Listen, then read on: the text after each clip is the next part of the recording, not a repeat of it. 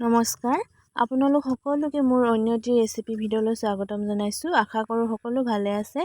আজি বনাবলৈ লৈছোঁ মই কচুথুৰি ভাপত দিয়া। সকলোৰে ৰন্ধন প্ৰণালীবিলাক বেলেগ বেলেগ ধৰণৰ হয়। আজি মোৰ ষ্টাইলত বনাই চাওকচোন। এয়া মই শুকান কেৰাহীত কচুখিনি দি দিলোঁ। তাৰপাছত অলপমান নিমখ ছটিয়াই দিম আৰু অকণমান লাগি নধৰিবৰ বাবে পানী ঢালি দিম। আপোনালোকে পানী বেছিকৈ দি নিদিব, নহ'লে সেইখিনি বইল নিচিনা লাগিব, ভাপত দিয়াৰ দৰে নহ'ব।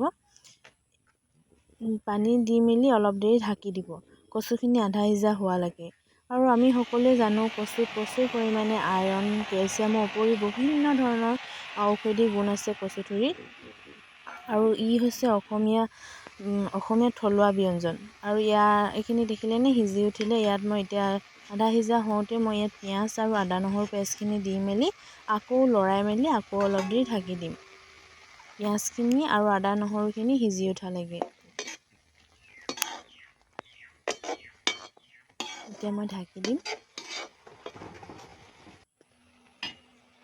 এয়া দেখিছেনে, আদা নহৰু আৰু পিঁয়াজখিনি সিজি উঠিছে। এতিয়া মই ইয়াত নেমু দি দিম। আৰু টেঙা আপোনালোকে যিকোনো টেঙা দিব পাৰে, বিলাহীও দিব পাৰে বা জালুকো দিব পাৰে। আৰু যদি জলকীয়া বেছিকৈ খায় তেনেহ'লে জলকীয়া দিব। আৰু কচুথুৰিত এনেও অলপ জ্বলাটো বেছি হ'লে ভাল লাগে, নহয় জানো।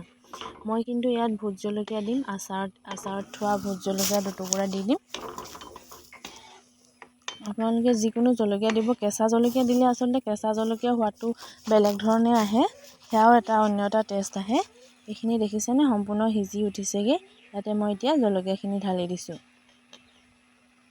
জলকীয়াখিনি দি মেলি আকৌ এবাৰ লৰাই মেলি মোৰ কচুথুৰি ৰেডি হৈ গ'ল।